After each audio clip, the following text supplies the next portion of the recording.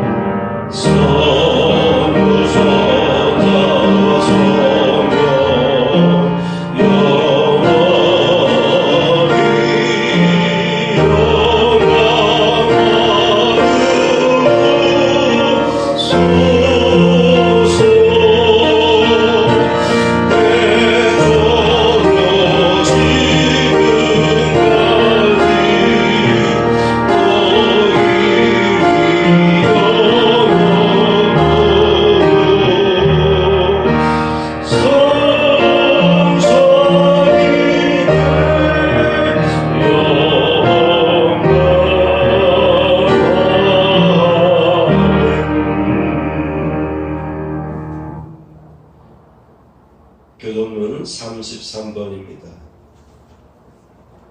아멘. 자리 앉겠습니다.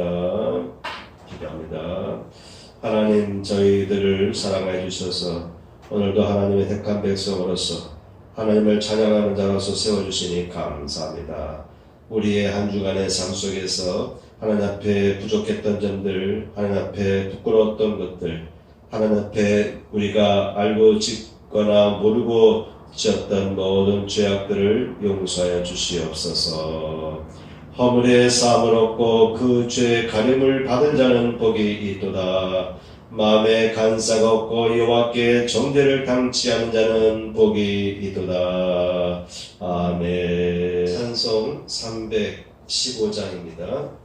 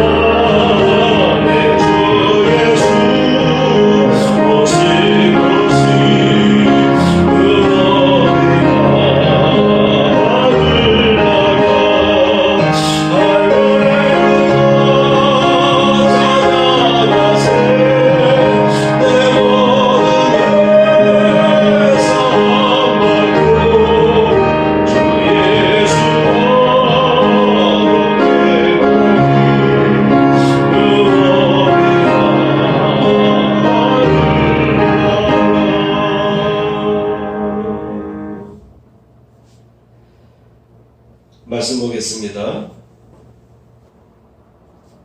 오늘 말씀은 사도행전 3장 1절에서 10절까지의 말씀입니다. 예수의 이름으로 일어나 걸으라. 오늘은 사도행전 3장 말씀을 중심으로 나사렛 예수 그리스도의 이름으로 일어나 걸으라 라는 말씀을 전하려고 합니다. 나사렛 예수 그리스도라고 하면 문구가 길어져서 제가 제목을 예수의 이름으로 일어나 걸어라 이렇게 제가 짧게 제목을 정하였습니다. 오늘 말씀은 베드로와 요한이 늘 기도하는 시간에 따라서 습관에 따라서 성전으로 기도하려고 들어갈 때에 성전에는 들어가는 출입구가 여러 곳이 있는데 미문이라는 곳이 있습니다. 그곳에 나면서부터 안진뱅이가 된 사람이 늘 그곳에 앉아서 들어가는 사람들에게 구걸을 하면서 살아가는 그런 사람이 있었죠. 민문에 앉아서 구걸하기 위하여서 아마도 주변 사람들이 도와줘서 민문에 앉게 도와주고, 그래서 사람들의 도움으로 살아갈 수밖에 없던 사람인데, 이분의 나이를 보니까 40대예요. 40여 살, 정확한 나이는 안 나와 있지만은 40여 살 정도 된 그런 사람이었습니다. 이 사람이 베드로와 요한의 선포에 의해서 치유받는 이야기를 오늘 본문은 담고 있습니다. 자, 오늘 우리가 함께 시작할 것은요, 첫째, 예수의 이름입니다. 제목도 원래 제가 계획했던 것은 나사렛 예수 그리스도의 이름으로 일어나 걸어라 이렇게 하면 좋은데 제목이 너무 길어요. 제가 짧게 예수의 이름으로, 여러분 기도할 때 나사렛 예수 그리스도의 이름으로 이렇게 꼭 해야 되는 건 아니에요. 예수의 이름으로, 예수님의 이름으로 이렇게 짧게 기도하셔도 됩니다. 오늘 본문에 보면은 베드로는 예수의 이름으로 선포했어요. 예수의 이름으로 일어나 걸으라 이렇게 명령을 하였습니다. 첫째 우리가 생각할 것은 예수의 이름에 대해서 생각해 볼 필요가 있습니다. 마태복음 1장 21절에 보면은 이 이름을 예수라 하라. 이는 그가 자기 백성을 그들의 죄에서 구원할 자이시니라 하니라. 이렇게 설명되어 있어요. 그러니까 예수라는 의미는 자기의 백성을 그들의 죄에서 구원할 자. 그래서 구원할 자라. 죄에서 구원하시는 분. 이렇게 우리가 이해하시면 되겠습니다. 또 예수님의 이름에는 임마누엘이라는 이름이 붙여집니다. 마태복음 1장 23절 보면은 임마누엘이라 하리라 하셨으니 이를 번역한즉 하나님이 우리와 함께 계시다 함이라. 예수님의 이름은 예수 또는 임마누엘, 우리와 함께 하시는 하나님이다 라는 뜻이죠. 우리와 함께 하시는 하나님께서 우리를 죄에서 구원하신다, 그런 뜻을 임마누엘 또는 예수라는 이름에서 우리는 알 수 있게 됩니다. 이 예수의 그 이름에는요, 놀라운 능력이 있습니다. 두 번째 생각할 것은 믿음으로 이름의 권세를 선포하라 라는 것입니다.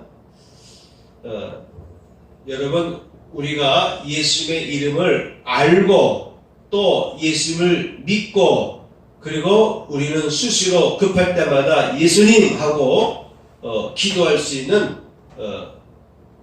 그러한 분이 우리의 마음 가운데 확신 속에 있다는 것이 얼마나 큰 위안인지 몰라요. 사람이 살다 보면은 예기치 못한 일을 당하여서 당황하는 경우가 많습니다. 그때 가장 나를 안정시켜 주시고 나를 안심시켜 주시고 나를 붙들어 주시고 또한 나를 그 어려운 상황 속에서 거둬 주실 분은 바로 예수님이시죠. 그 예수님을 우리가 알고 있고 그 예수님의 이름을 우리가 입으로 내뱉을 때 선포할 때 놀라운 일들이 일어납니다. 사도행전 2장 21절 말씀 보면은 누구든지 주의 이름을 부르는 자는 구원을 받으리라 이렇게 기록되어 있습니다. 누구든지 주의 이름을 예수의 이름을 부르는 자는 구원을 받을 것이다.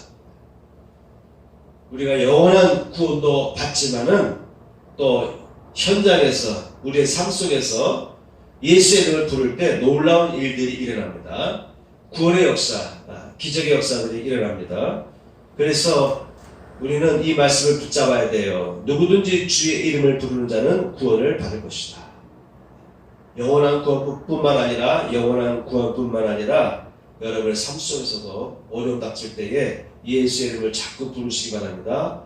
놀라운 일들, 구원의 역사가 나타날 줄 믿습니다. 그래서 우리는 예수의 이름을 선포하는 게 중요합니다. 매일매일 우리는 예수의 이름을 부르고 예수의 이름을 선포하는 게 중요합니다. 예수님의 이름을 우리가 묵상하고 음미하는 것도 중요한데 또 예수님의 이름을 찬양하는 것도 중요한데 예수의 권세를 가지고 매 순간순간 우리가 입으로 선포하는 것이 중요합니다.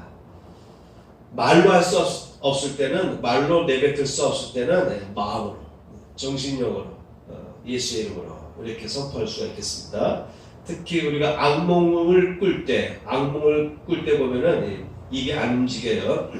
입이 안 움직이면은 정신력으로 마음으로 손가락으로 십자가를 그어가면서 예수의 이름으로 떠나가라 하게 되면 그때 입술이 열리게 되고 예수라는 그 말이 내 입에서 나오자마자요 여러분을 사로잡고 있던 그 악한 상황들이 악령들이 탁 떠나가는 것을 체험하게 됩니다. 꿈속에서도 우리는 쉽게 체험할 수가 있어요. 자, 그래서 우리는 예수의 이름을 선포하는 것이 중요한데 이것이 습관적이 될 필요가 있습니다. 첫째, 믿음으로 예수의 이름을 선포함에 있어서 생각할 것은 6절 말씀이죠. 베드로가 이르되 은과 금은 내게 없거니와 내게 있는 이것을 내게 주노니 나사렛 예수 그리스도의 이름으로 일어나 걸어라. 여기서 베드로는 뭐라고 말했죠? 은과 금은 내게 없거니와. 안진병이를 치유하려면은 오늘날은 치유할 수 있죠, 그죠? 수술을 하면 되죠. 또 의족을 또 설치해서 걸을 수도 있겠고요. 여러 가지 방법이 있겠지만 문제가 따르게 됩니다.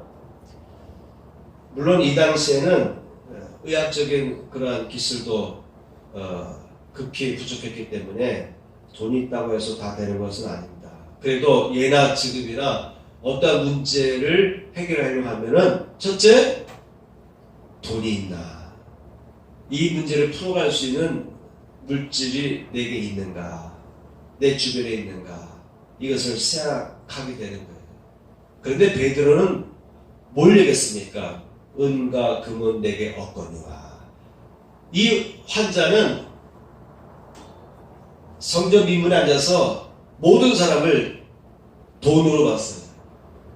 저 사람은 동전 얼마를 던져줄까? 저 사람은 그냥 지나갈까? 저 사람은 얼마만큼의 동전을 내 이 그릇 앞에 던져줄까?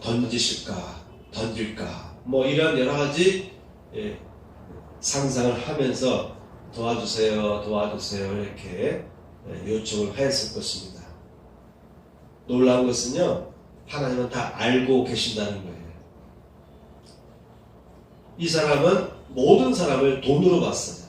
모든 사람을 나에게 돈으로 도와줄 자로 바라봤어요. 모든 사람을 돈과 연결했죠. 그죠? 나에게 얼마만큼 도와줄까? 잘하면 오늘 점심도 먹고 저녁도 먹고 남으면 다음날도 먹을 수 있고. 그래서 이 사람은 늘 사람을 바라볼 때 저 사람이 나에게 어떤 도움을 줄까? 어떤 이익을 나에게 남겨줄까? 저분은 돈이 많을까? 이렇게 늘 앉아서 거의 점쟁이가 되다시피, 안 그렇겠습니까? 나면서부터 이렇게 걷지 못하는 사람이 성전에 앉아서 매일 구걸하 있으니 어느 정도 점쟁이가 됐을 거예요. 발자국 소리만 들어봐도, 그들의 목소리만 들어봐도 저 사람은 부유한 사람, 저 사람은 부유한데 아주 남을 도와줄 줄 모르는 인색한 사람 같은데, 여러 가지 상상들이 떠올랐을 거예요. 제가 신학교 때 친구 중에 한 친구가 있었는데, 그 친구는 대학교 1학년 때 광화문에 가서, 광화문 지하도가 있거든요. 지금은 많이 새롭게 지하도가 이렇게 개발됐지만은 그 당시에 그 지하도는 에스컬레이터 이런 거 없을 때예요. 그래도 그 당시에 서울 광화문의 지하도 하면은 나름대로 큰 곳이었어요. 거기에 쭈그려 앉아서 동냥한 적이 있대요. 일부러 동전 떨어지기도 하고, 이렇게 지폐 떨어지기도 하고, 그런 경험을 했더라고요. 이 친구는 자기가 모험 삼아서 과연 사람들이 도와주나 이런 것을 확인해 보기 위해서 그렇게 여러 날 해봤다는 얘기를 들었어요.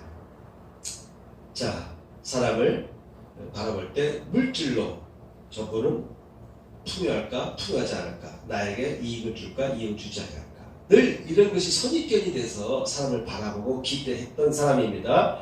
그런데 그런 사람에게 첫 마디가 뭡니까? 금과 은은 내게 없다, 은과 금은 내게 없거니와, 이렇게 얘기를 했어요. 이 얘기를 듣는 순간 이 사람은 얼마나 실망했겠습니까? 가까이 와서 고맙긴 고마운데 말을 해주니까 이분은 나에게 뭔가 도움을 줄 것 같아 라고 기대가 최고로 올라왔는데 첫 마디가 돈이 없다 이 말이에요. 은과 금은 내게 없다. 그 얘기를 듣는 순간 얼마나 절망적이었겠어요. 돈이 없다는데. 근데 왜 왔을까? 돈이 없으면 그냥 지나가시지 왜 와가지고 한참 기대가 부풀었는데 돈이 없다. 이렇게 베드로가 얘기하는 것입니다. 이와 같이 예수의 이름을 선포할 때는요, 돈이 없는 상황에서도 예수의 이름을 선포할 때 놀라운 일들이 일어납니다. 모든 상황 속에서 제일 먼저 우리가 생각해야 할 것은 예수의 이름의 권세를 여러분 믿고 선포하는 것이 중요합니다. 두 번째, 일어나 걸으라 라고 했어요. 그 사람의 몸이 치유된 것이 아니에요. 변화된 것이 아닙니다. 그런데 베드로는 일어나 걸으라 라고 말했어요. 이 말은 쌍방간에 베드로도 요한도 믿음으로 선포한 것이고, 그리고 듣는 사람에게도 내가 너에게 선포했으니 내가 말한 대로 일어나라, 이런 뜻이죠. 다시 말하면 상대방도 믿음으로 일어나야 된다는 거예요. 지금 베드로와 요한이 일어나 걸으라, 이것은 믿음으로 던진 것이죠. 그런데 듣는 그 사람도 역시 그 얘기를 듣고 믿음으로 받아들여야 되는 거예요. 오히려 부정적이잖아요. 가까이 와서 한다는 얘기가 돈이 없다. 크게 실망했는데 대에 일어나 걸으라, 이렇게 명하는 것입니다. 정상적인 상황에서 이걸 받아들일 수 없는 것이에요. 오히려 반감이 일죠. 베드로는 나는 너에게 줄 것이라고는 예수의 이름밖에 없다. 예수의 이름의 권세를 사용해서 너에게 일어나라 라고 말하는 이 한마디밖에 너에게 줄 것이 없다 라고 베드로와 요한은 얘기하고 있는 것입니다. 듣는 입장에서 볼 때는 최악이죠. 도와주지도 못할 망정 아무것도 없다 하면서 그리고는 일어나 걸으라 나보고 일어나 걸으라 하니까 아주 절망적이죠. 이걸 잘못 생각하면 삐딱해질 수가 있어요. 이 사람 나를 무시하나, 날 가난하다고, 나를 이 환자라고, 나를 환자라고 무시해서 차별하느라고 이런 소리 하나 이렇게 받아들일 수가 있는 거예요. 여러분 모든 대화 내용은요 이렇게 반응할 수도 있고 저렇게 반응할 수도 있어요. 어떤 면에서는 종이 한 장 차이일 수도 있습니다. 오해도요 가만 보면 종이 한 장 차이예요. 근데 그 종이 한 장의 차이의 벽을 넘지 못하는 것이 우리 인간의 어리석음인 것입니다. 우리 인간은 늘 똑똑하다고 하지만 똑같이 대화를 나누면서도요 의견이 달라요. 갖고 있던 선입견이 다르고 개념에 대한 이해가 다르고 또 자신의 마음을 표현하는 그 문장을 이렇게 읽어 나가고 또 문장을 해독하고 자기 의견을 표시하는 이런 과정 속에서 순간 왜곡하게 되고 잘못 오해하게 됩니다. 그러니까 지금 이 앉아있던 구걸하던 사람은 심각하게 왜곡할 수밖에 없는 거죠. 그죠? 심각하게 왜곡할 수밖에 없는 거예요. 와가지고 돈도 없다. 그런데 내가 너에게 줄 거라고는 예수의 이름으로 너에게 말하는 것밖에 없다. 그 얘기 듣는 순간 이 사람은 아마 머리에 아마 혈기가 쫙 치솟았을 수도 있습니다. 그런데 성경에 보게 되면은 이 환자는 베드로와 요한의 말을 듣고 움직이기 시작했다고 하는 거예요. 이게 중요한 것입니다. 여러분 우리의 마음을 부드럽게 유지하는 것이 좋습니다. 모든 사람은 예술가든 운동하는 사람이든 어떤 일을 하든 연구하는 사람이든 간에 항상 제일 중요한 것이 뭐냐면 마음을 늘 평온하고 온유하게 이렇게 관리하는 것이 중요합니다. 그래야 그때 영감이 솟아올라요. 그때 모든 컨디션이 최상으로 올라갑니다. 그래서 운동선수들도 운동 나가기 전날에 늘 스스로 마인드 컨트롤 하잖아요.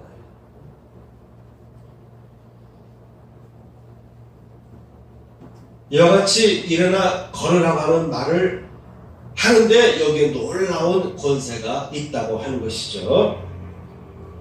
7절 8절에 보게 되면 곧 힘을 얻고 뛰어서서 걸으며 그들과 함께 성전으로 들어가면서 걷기도 하고 뛰기도 하며 하나님을 찬송하니. 하나님께서 기적을 일으키실 때는 점진적으로 기적을 일으키셔서 치유 현상들이 단계별로 나타날 때가 있어요. 예수님도 무엇이 보이느냐 이렇게 물어봤잖아요. 그럴 때 그 사람은 확실하게 눈이 회복되지 않았어요. 뭔가 어른거리는 그런 상태였어요. 그래서 예수님께서 치유하실 때도 보면은 단계적으로 점진적으로 몸이 회복되는 경우도 있지만 즉시 회복되는 경우도 있습니다. 오늘 이 환자의 경우는 바로 즉시 기적이 일어났는데 사람이 이렇게 나면서부터라고 성경이 되어 있는데 나면서부터 앉아 있었다면은 이 사람은 걷기 운동이 전혀 안 돼 있잖아요. 그죠? 근육 발달도 안 돼 있고 인대나 모든 면에 있어서 걸을 수가 없는 상황이죠. 그런데 성경 본문에 보게 되면 곧 힘을 얻었다. 그래서 기적이에요. 하나님은 점진적으로 치유할 때가 있습니다. 또 우리가 건강한 생활을 통해서 몸을 건강하게 유지하도록 인도해 주실 때도 있어요. 그런데 어떨 때는요 급진적으로 몸을 회복하시고 치유하실 때가 있습니다. 곧 힘을 얻고 뛰어 서서 걸으며 이건 불가능한 거죠. 운동하지 않고 다리의 근육이 형성되지 않은 가운데서 어떻게 사람이 일어납니까? 갓난아이가 정상이지만 갓난아이가 똑바로 일어서질 못해요. 똑바로 일어서기까지는 8개월, 10개월, 12달을 계속 일어나려고 연습하는 과정에서 다리에 힘을 얻으면서 거의 10달, 12달 돼야 벽에 기대서 일어날 수가 있는 거 아니겠습니까? 하나님의 기적은 때에 따라서 이와 같이 상상을 초월하는 기적을 일으키실 때가 있다고 하는 것입니다. 네 번째, 그 이름을 믿어야 됩니다. 선포하는 사람이나 듣는 사람이나 그 말을 믿어야 돼요. 베드로와 요한이 이 말을 선포하기를 주저했다면 이런 기적을 일으킬 수가 없었어요. 또 이 환자도 그 말을 듣고 자존심 상해가지고 기분 나빠가지고 지나가라고 이렇게 화를 냈다면 이 사람은 평생 고침받을 수가 없었어요. 이 사람도 그 두 사람의 말에 대해서 몸이 반응했다고 하는 거예요. 그 생각과 행동이 동시에 일어난 거예요. 생각 따로 몸 따로가 아니라 생각과 몸이 동시에 아유 기분 나쁜데 일어나야 될까 말아야 될까 생각해보면 나는 평생 일어나 본 적이 없는데 일어나라고 하는데 이건 되게 기분 나쁜데 어떻게 일어나라고 하는 거야 뭐 부축이라도 해줘야지 이렇게 생각했다면 이 사람은 움직일 수 없었어요. 근데 이 사람도 그 말을 듣는 순간에 몸이 반응했어요. 그러니까 여러 가지 생각할 것이 아니고 바로 몸으로 반응했던 거예요. 믿음의 세계도 마찬가지입니다. 이것저것 따지다 보면요 믿음이 안 생긴다고 합니다. 그러니까 생각이 많을수록 믿음이 안 생길 수가 있어요. 물론 생각을 잘하면 믿음이 생깁니다. 성령께서는 우리의 생각을 이끌어 주시거든요. 그래서 우리의 생각을 바른 길로 인도해 주십니다. 또 우리가 생각할 때 믿어지게 해 주셔요. 그래서 우리의 생각이 제대로 되면요 믿음도 강화됩니다. 그런데 성령이 충만해지는 조건이 있어야 되는 거예요. 그렇지 않은 가운데서 우리가 생각을 잘못하게 되면 오히려 자꾸 거부하게 되고 반감이 생기게 되고 반항하게 되고요 오히려 삐딱하게 생각하게 되고 오해하게 되고요 나를 무시했구나 왜 나를 이렇게 억압하나 이렇게 반응하기 쉬워요. 간절할수록 이 사람은 늘 지나가는 사람들 보면서 도와달라고 했지만 나도 저렇게 되고 싶다라는 그러한 생각을 늘 했던 것 같아요. 나는 평생 걷지 못해라고 생각한 사람이 아니고 나도 걷고 싶다. 그런 희망을 늘 품었던 것 같아요. 그래서 이 두 사람이 와서 권위 있게 일어나 걸어라 라고 했을 때에 나사렛 예수의 이름으로 걸어라 했을 때에 이 사람이 반응했던 거예요. 아마 이 사람도요 예수에 대한 소문을 들었을 것입니다. 그렇죠? 성전에 이렇게 앉아 있었으니까 예수님도 축제 때마다 예루살렘에 올라와서 많은 사람들을 만났고 또 설교했고 그리고 치유해줬기 때문에 그 소문이 예루살렘에 다 퍼졌었기 때문에 이 사람도 나사렛 예수라는 분이 어떤 분인가를 알았을 것이에요.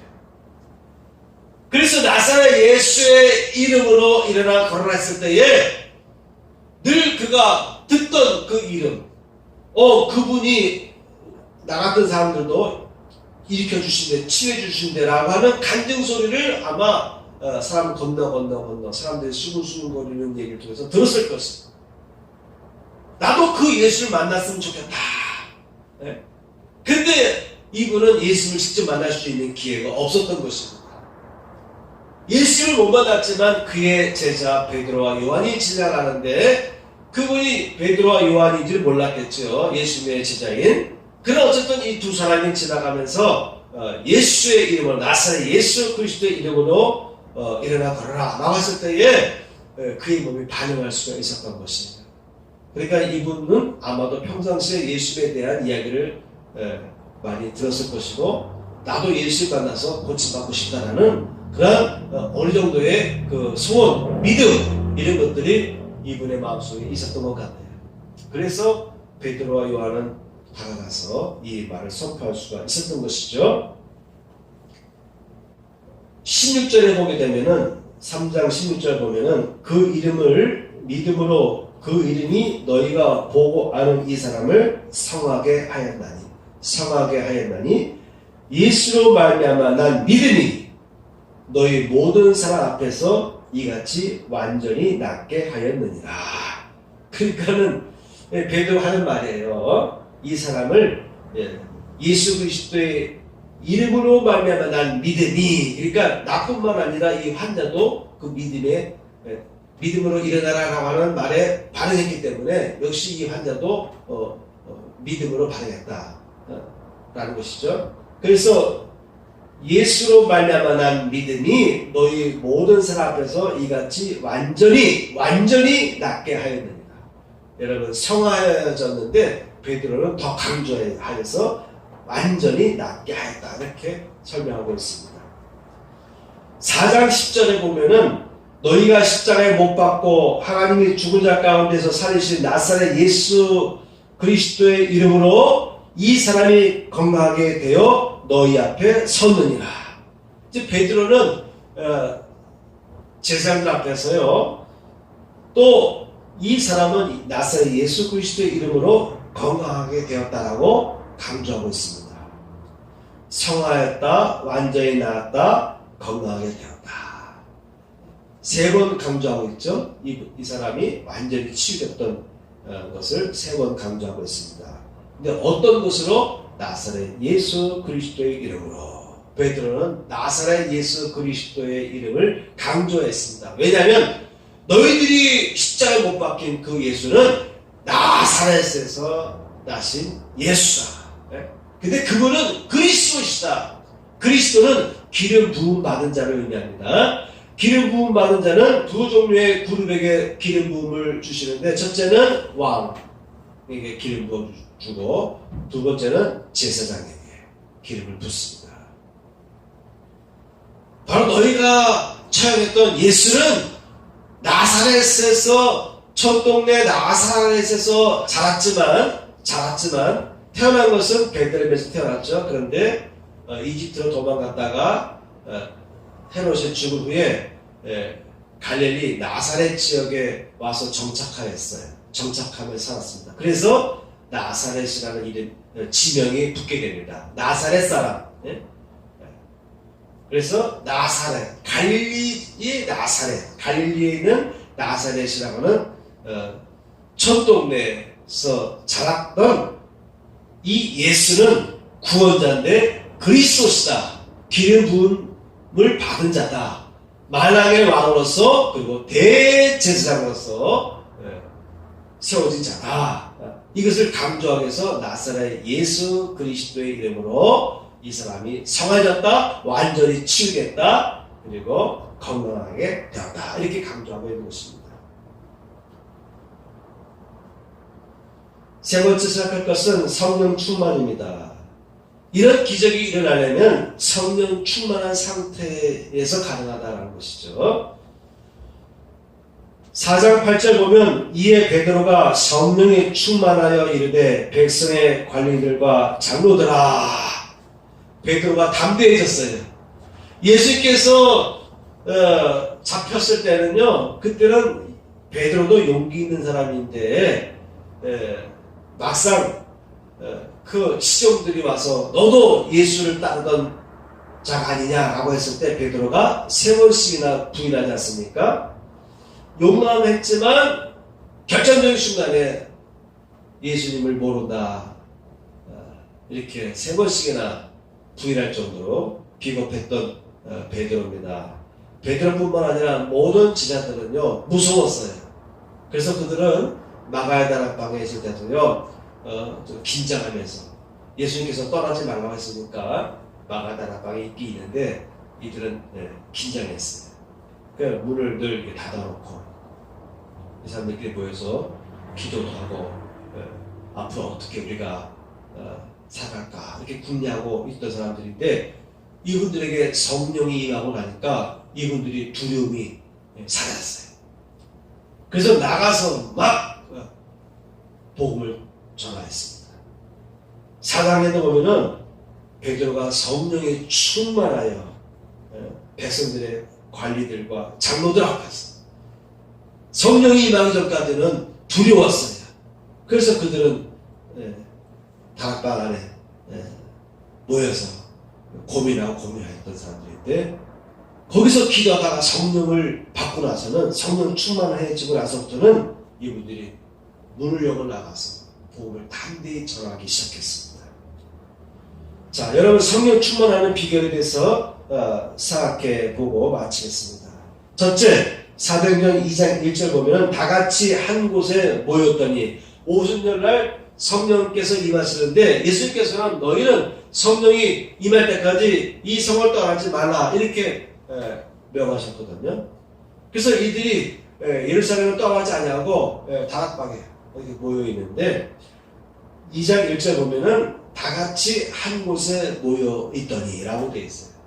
성령께서 임하실 때는요, 가급적이면은 다 같이 한 마음으로 한 곳에.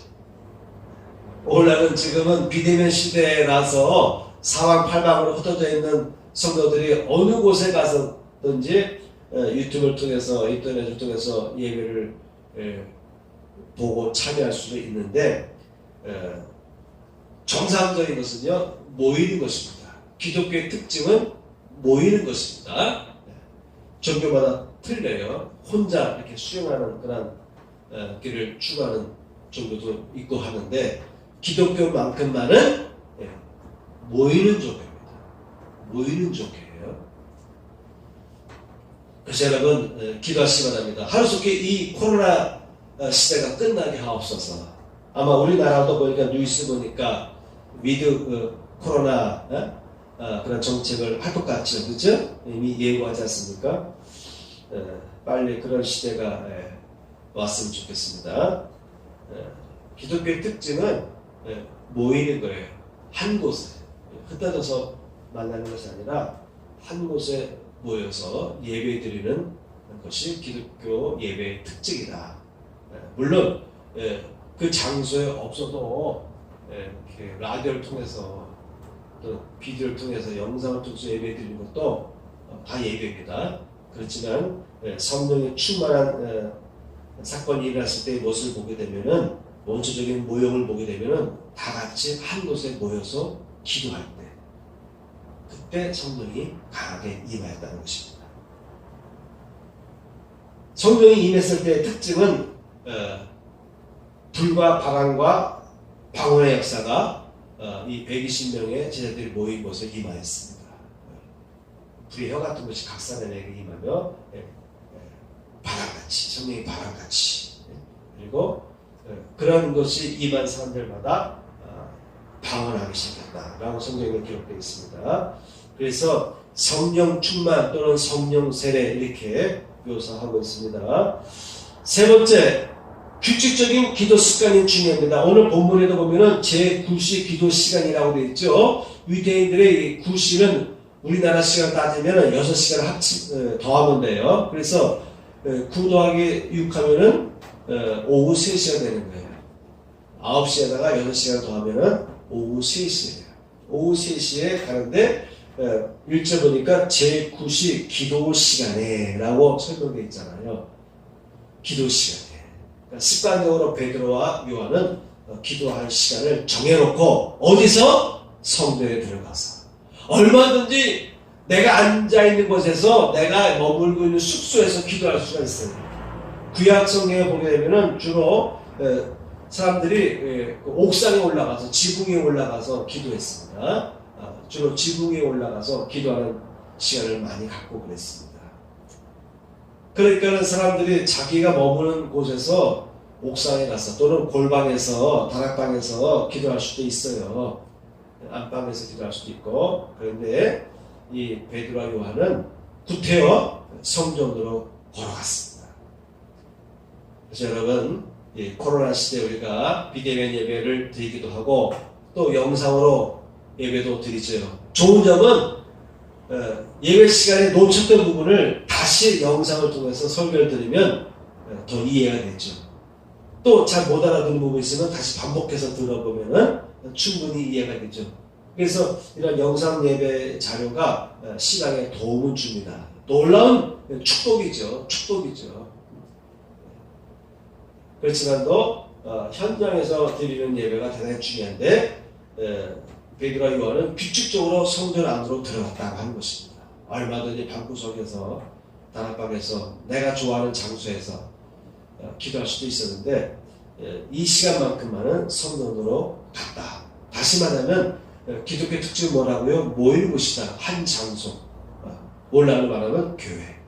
교회를 향해서 가서 내가 늘 기도하는 그 자리에 가서 기도하는 것이 중요하다고 하는 것이죠. 기도하러 갈 때 성령이 충만하게 임한 거예요. 충만하게 임하니까 베드로가 이 말을 할 수 있었던 것입니다. 아무런 그 감흥도 없이 베드로와 요한이 이 말을 했다고 생각하지는 않아요. 물론 그렇게 할 수도 있어요. 전혀 감흥도 없이 믿음을 선포할 수도 있습니다. 진짜 아무런 그 예감도 없이 믿음으로 선포했는데 기적이 일어나는 경우도 있어요. 그런데 대부분의 경우 보면은 성령께서 알려주세요. 성령께서 내게 감동을 주십니다. 내게 뭔가의 능력이 있음을 느끼게 해주는 그런 체험이 와요. 그때 믿음으로 선포하는 것입니다. 그러니까 세 번째는 규칙적으로 기도하는 습관이 중요하다고 하는 것이죠. 네 번째, 합심하여 저녁 기도하기에 힘쓰니라. 초대교회 상황을 보게 되면요, 합심하여 저녁 기도하기에 힘썼다라고 되어 있어요. 예수님도 말씀하셨죠. 진실로 다시 너희에게 이르노니 너희 중에 두 사람이 땅에서 합심하여 무엇이든지 구하면 하늘에 계신 내 아버지께서 저희를 위하여 이르게 하시리라. 두세 사람이 내 이름으로 모인 곳에는 나도 그들 중에 있느니라. 예수께서 말씀하셨잖아요. 두세 사람이 내 이름으로 모인 곳에는 나도 그들 중에 있다. 기독교의 특징이 모이는 공동체, 모이는 공동체, 모였다 흩어지는 공동체입니다. 모이는데 전혀 라는 말은 뭐냐면 온전히 기도하기에 힘썼다는 것을 강조하고 있습니다. 교회 와서 기도하는 시간을 아주 귀시 여겨야 됩니다. 기도할 시간에 자꾸 이렇게 다른 생각하거나 뭐 핸드폰을 만져걸거나 뭐 검색하거나 그럴 필요가 없습니다. 그러면 안 좋습니다. 기도할 시간에는 딱 핸드폰을 제껴놓고 기도에 집중하는 것이 좋습니다. 단 5분을 기도하더라도, 단 10분을 기도하더라도, 1시간을 기도하더라도 기도에 집중하는 것이 중요합니다. 빌기를 다함에 모인 곳이 진동하더니 무리가 다 성령이 충만하여 담대히 하나님의 말씀을 전합니다. 성령이 충만해지면요, 사람이 바뀌게 돼요. 변화됩니다. 어떻게 변하느냐? 하나님의 말씀을 전하는 사람으로 바뀌어야 됩니다. 성령이 충만하기 전까지는 내가 이 말을 왜 전해야 될까? 꼭 내가 전해야 되나? 그래서 자꾸 위축되기도 하고요. 다른 사람이 전하겠지 이렇게 생각하기 쉬운데, 성령이 충만하고 나서부터는, 이걸 체험하고 나서부터는요, 막 복음을 전하고 싶어요. 교회에 대해서 얘기하고 싶고, 교회 가자고 얘기하고 싶고, 권하고 싶고, 예수에 대해서 자꾸 얘기하고 싶고, 하나님에 대해서, 천국에 대해서, 영원한 구원에 대해서, 부활에 대해서 자꾸 전하고 싶은 거예요. 죄에 대해서 자꾸 전하고 싶은 마음이 막 생기게 됩니다. 다섯 번째, 너희 말을 듣는 것이 하나님의 말씀을 듣는 것보다 옳은가 판단하라. 지금 관원들이, 장로들이, 제사장들이, 대제사장들이 베드로와 요한을 세워놓고 엄포를 줍니다. 다시 너희들은 나사렛 예수에 대해서 이런 방법 하지 말아라. 풀어줄 테니까 더 이상 너희들은 복음을 전하지 말아라. 이렇게 엄포를 주는 거예요. 그때 베드로가 요한과 같이 더불어 한 말이 뭐냐면, 너희 말을 듣는 것이 하나님 말씀을 듣는 것보다 옳은가 판단하라. 우리는 보고 들은 것을 말하지 아니할 수 없다. 이렇게 얘기하고 나올 뻔했어요.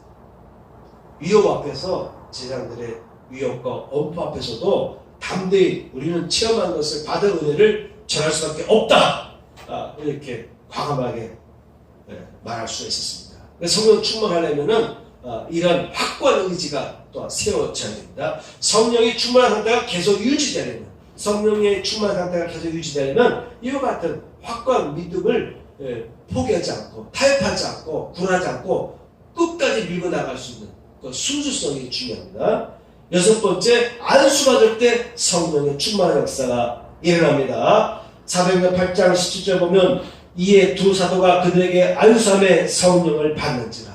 그래서 주로 성령이 충만하게 임할 때의 특징은 안수할 때 임하는 경우가 많다. 마가의 다락방에 있던 사람은 안수를 누가 해준 게 아니에요. 그냥 성령이 임한 것입니다. 기도할 때. 그런데 임파테이션이라고 그래요. 성령이 전이 될 때 보면 성령 충만한 분이 같이 기도해주면 기도받은 사람에게도 그 성령이 이어지는 경우가 있습니다. 마지막 7번째, 말씀을 들을 때 성령이 충만하게 됩니다. 사도행전 10장 44절 말씀 보게 되면 베드로가 이 말을 할 때에 성령이 말씀을 듣는 사람에게 내려오시니, 기적도 마찬가지잖아요. 안진뱅에게도 일어나 걸어라 라는 말을 할 때 기적이 일어났어요. 몸과 마음과 생각이 그 베드로와 요한의 말을 믿음을 받아들였기 때문에 일어날 수 있었던 것이죠. 초대교회 상황을 보게 되면 말씀을 전할 때 듣는 사람에게 성령이 임하였다 이렇게 기록되어 있습니다.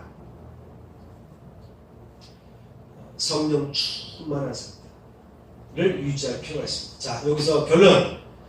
오늘 주제대로 나사렛 예수 그리스도의 이름으로 일어나 걸어라. 자, 여러분 오늘 핵심 뭐냐면 예수의 이름을 자꾸 선포하자. 이제 여러분 스스로가 여러분 자신에게, 어떤 확진자가 내 곁을 지나갈 줄 모르잖아요. 식당에서 밥을 먹었는데 내 곁에 어떤 사람이 있었는지 알 수가 없잖아요. 그죠? 그래서 운이 나쁘면 걸릴 수밖에 없는 그런 상황인데, 기도하세요. 매일 매 순간마다 기도하세요. 내 몸을 향해서도 면역력은 극대화돼서 모든 바이러스 세균들을 이길 자다. 틈나는 대로 기도하세요. 밥 먹을 때도 바이러스로부터 내가 보호되게 하여 주옵소서. 그런 사람들 가까이 가지 않게 하여 주옵소서. 오지 않게 도와주세요. 예수의 이름으로 질병들은 내게 접근하지 말지어다. 내 몸의 면역력은 강화되고 회복되고 모든 균과 싸워 이길지어다.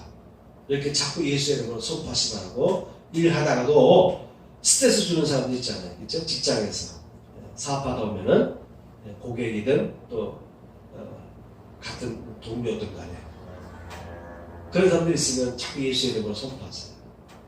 예수의 이름으로 저의 입술은 닫힐지어다. 더 이상 나를 힘들게 하지 말지어다. 또 사람을 통해 역사하는 영이 있거든요. 그 사람에게 악한 영이 자꾸 역사해서 나를 힘들게 할까 했어요. 그럴 때는 그 사람 배우의 역사는 이 악한 영을 예수의 이름으로 결박하고 잠잠할지어다. 저에게서 떠날지어다. 막 여러분 예수의 이름으로 선포하시 바랍니다.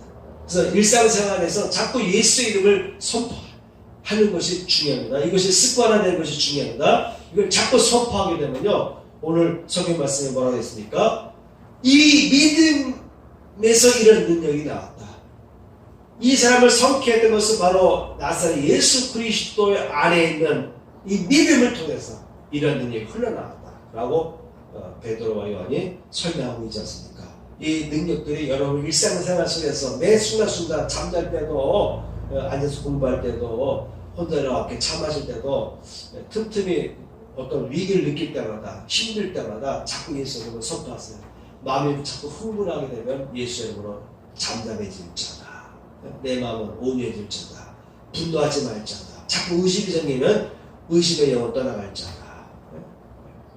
자꾸 화가 치밀어 오를 때는 내 마음은 온영으로 가라앉을 자다. 분노는 소멸될 자다. 예수의 이름으로 소멸되라. 떠나갈 자다. 나를 힘들게 하는 어둠의 영은 떠나갈 자다. 자꾸 이렇게 선포하시면 놀라운 일들이 일어날 줄 믿습니다. 아멘. 찬양. 주 이름 큰 능력 있도다. 베드로가 은과 금은 없거니와 라고 했는데, 이 찬양곡 금과 은 나옵소서 이 노래 부르고 마치도록 하겠습니다. 금과 은 나옵소서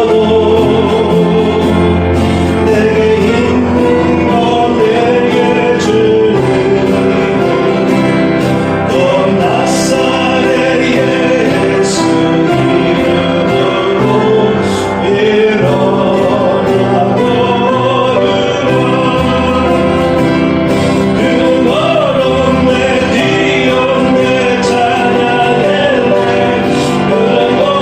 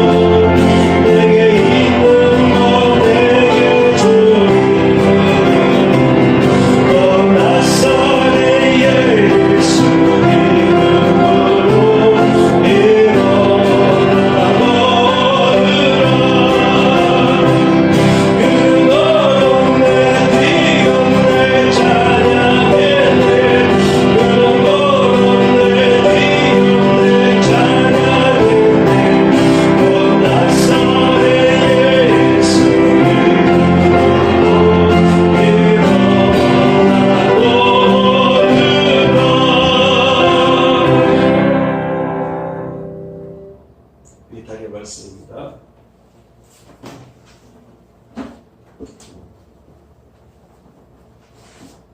아멘. 450장 1절입니다.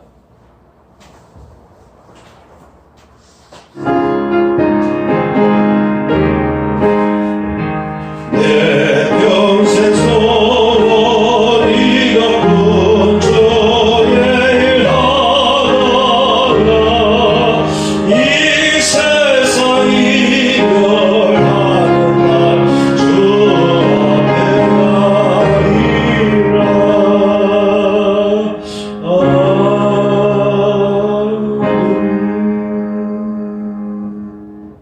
동원합니다.